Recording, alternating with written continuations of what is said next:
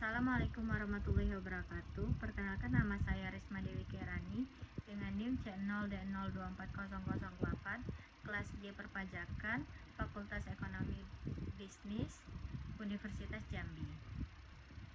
Baiklah, di sini saya akan menjelaskan materi tentang aspek fiskal dari aset lancar berupa kas dan setara kas dan investasi pada efek tertentu. Mata kuliah Akuntansi Perpajakan oleh dosen pengampu Bapak Dr. Wirmi Eka Putra, SEMSI, Ibu Heriani SEMAK, dan Bapak Lutfi SEMSC.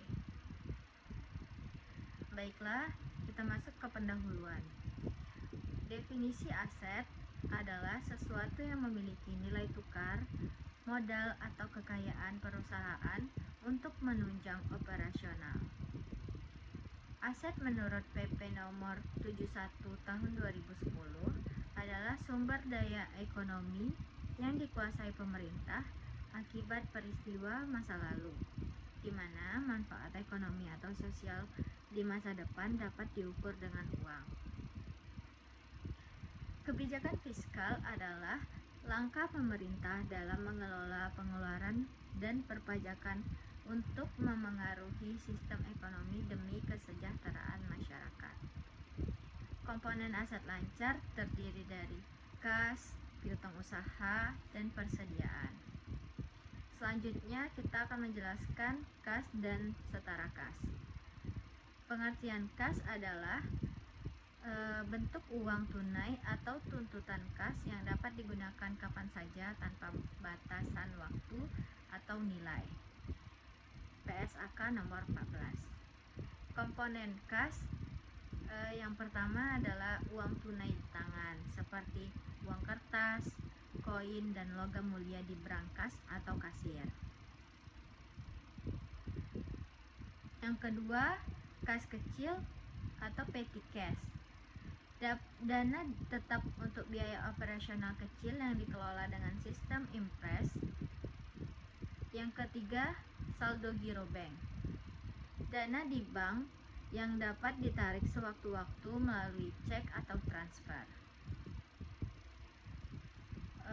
Pengertian setara kas adalah investasi jangka pendek yang jatuh tempo aslinya kurang lebih sama dengan 3 bulan sejak tanggal perolehan. Contohnya, contoh setara kas yaitu deposito singkat, sertifikat Bank Indonesia atau SBI, dan reksadana pasar uang. Selanjutnya saya akan menjelaskan konsep pembukuan tabungan. Prinsip pencatatan yaitu menggunakan sistem double entry, debit dan kredit, agar total nilai selalu seimbang. Pencatatan transaksi setoran sama dengan menambah akun kas bank tabungan di sisi debit. Penarikan yaitu mengurangi akun kas bank tabungan di sisi kredit. Pendapatan bunga diakui secara akrual saat hak timbul sebagai pendapatan non-operasional. Lalu pengendalian internal. Pemisahan tugas antara bendahara fisik dan staf akuntansi. Selanjutnya rekonsiliasi bank, yaitu proses membandingkan saldo buku perusahaan dengan rekening koran bank setiap periode untuk mendeteksi selisih atau kesalahan. Selanjutnya yaitu klasifikasi investasi efek tertentu.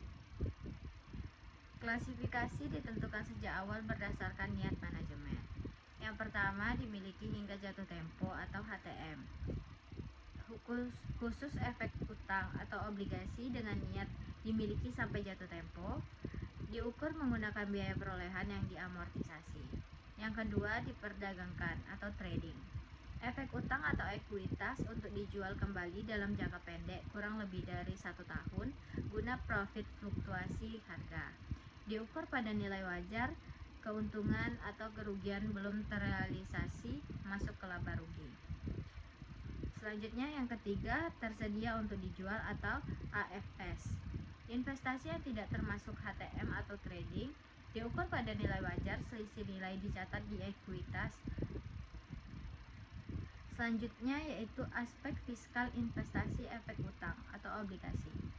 Akuntansi adalah klasifikasi HTM menggunakan biaya amortisasi, sedangkan trading atau AFS menggunakan nilai wajar.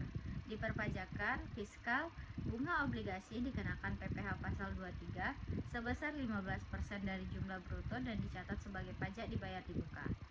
Capital gain, jika dijual di bursa, keuntungan dikenakan PPh final sebesar 10%.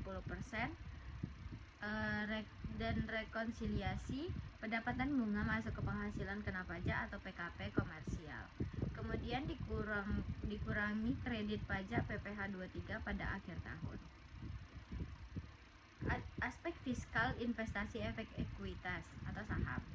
Pendapatan dividen dikenakan PPh final pasal 4 ayat 2 sebesar 10% yang dipotong oleh penerbit saham. Keuntungan penjualan saham atau capital gain di Bursa Efek BEI dikenakan PPh final sebesar 0,1% dari nilai bruto penjualan. Luar bursa dikenakan PPh sebesar 0,5% dari nilai transaksi. Dampak fiskal yaitu karena bersifat final, keuntungan penjualan saham di bursa tidak masuk dalam perhitungan PKP tahunan, dikoreksi negatif dalam rekonsiliasi fiskal. Baiklah, kesimpulannya yaitu likuiditas adalah kas dan setara kas adalah instrumen utama untuk memenuhi kewajiban jangka pendek entitas. Manajemen investasi, klasifikasi efek HTM, trading, AFS sangat krusial karena memengaruhi volatilitas kinerja keuangan di neraca.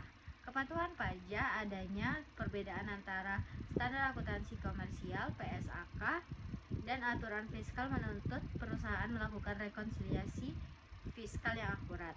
Transparansi adalah pengelolaan aset lancar yang disiplin, menjamin kepatuhan hukum dan kredibilitas di mata investor serta otoritas pajak.